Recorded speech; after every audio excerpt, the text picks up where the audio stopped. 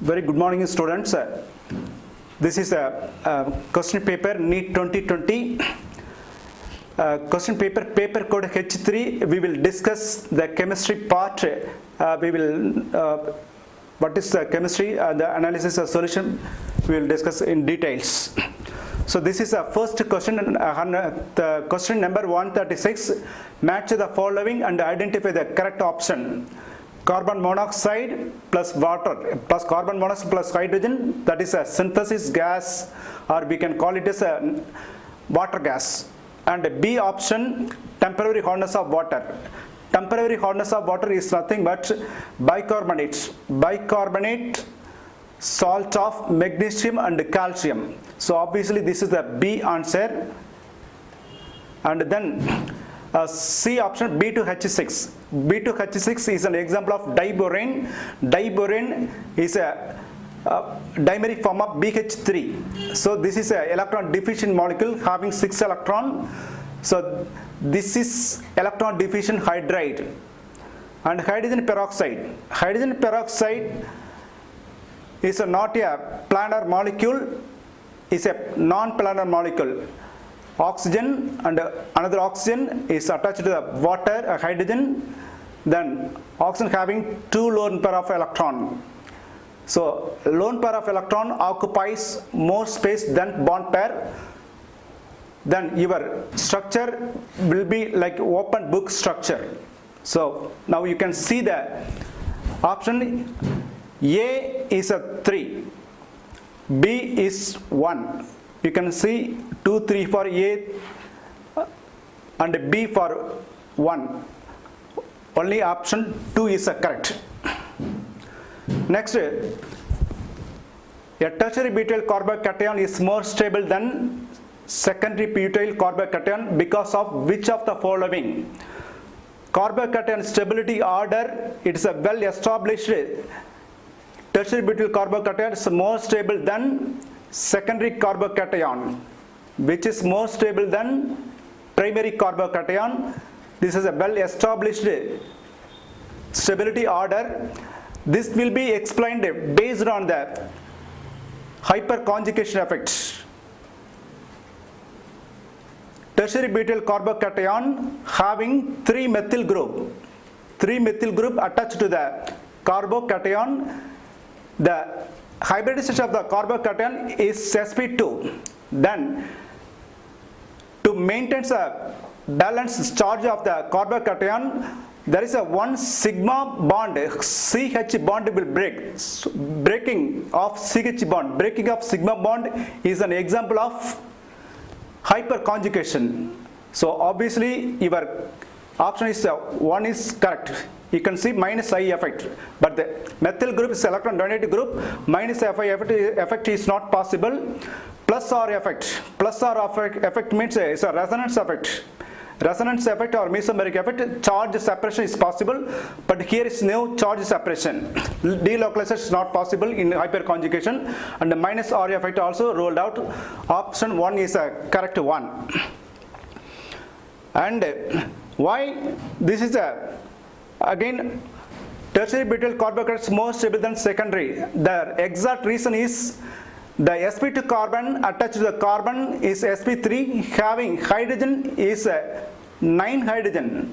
So 9 hyperconjugation structure is possible for tertiary butyl carbocation. Whereas if you see the secondary carbocation, carbon having 2 methyl group, then it is called a secondary carbocation. It has a alpha carbon has hydrogen, then this will be the totally 6 hydrogen. So compared to 9 hydrogen from the tertiary butyl carbon, this is the 6 carbon. Obviously more resonance structure possible for hyperconjugation for tertiary butyl carbocation. So it has to be explained by hyperconjugation effects. Question number 138. What is the changes in oxidation number of carbon in the following reaction? Carbon, here is a methane react with the chlorine and it produces carbon tetrachloride plus HCl. All the hydrogens was replaced by chlorine and you are getting carbon tetrachloride. Carbon, the oxidation state of carbon in methane is at -4. -4 because hydrogen should be +1, 4 hydrogen, then it should be +4. So -4 +4, then the molecule is neutral. If we come here, carbon tetrachloride, here in this case carbon is directly attached to the chlorine. Chlorine is more electronegative than carbon. Then 4 into -1, -4 for chlorine, then +4 for carbon. So carbon is changing, the oxidation of carbon is changing from -4 to +4. Answer is 4. For this question, let us discuss next question. Sucrose on hydrolysis, it will give alpha D fructose, beta D fructose, or out of these 4 options we have to choose the correct one. We have to deeply analyze the sucrose structure. Sucrose is an example of disaccharides. Disaccharides, 2 monosaccharides having attached by oxygen, that is a glycosidic bond. To refer the sucrose, sucrose is a well established carbohydrate. When it is hydrolyzed, it giving glucose and fructose. It is a combination of glucose and fructose. Now we have to see the structure of glucose and fructose, how it is attached. This is a chain form of, that is pyranose form of glucose we have to write. Carbon is, oxygen is attached to the carbon, it is a 1, C1. Here you can put hydrogen, then this will be the O, then this O is attached to the furanose form of fructose, cyclic 5-membered ring, furanose. So it has a carbon attached to, here is CH2OH and this one. So rest of the chemistry, stereochemistry, everything's established chemistry, so that we don't need to bother about.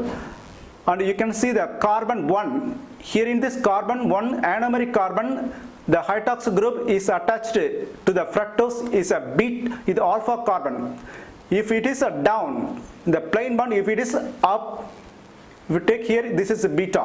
If it is down, this is called alpha. And the carbon C1 attached here is O, which is alpha. C1 alpha.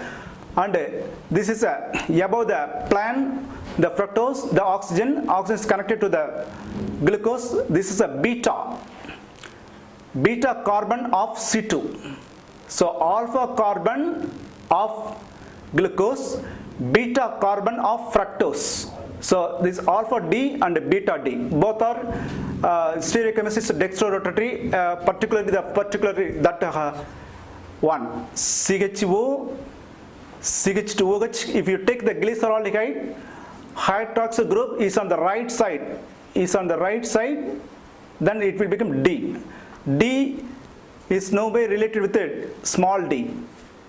Small d dextrorotatory, this is a particular confidence for this caps D used for carbohydrate chemistry only, whereas a small d and a small l dextrorotatory, levorotatory, wherever optical rotation is possible.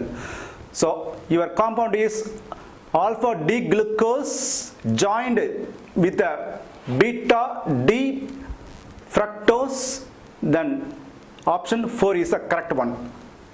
Just you have to write the below and below, then only you can be able to predict the connectivity of the glycosidic bond. Option 4 is the correct.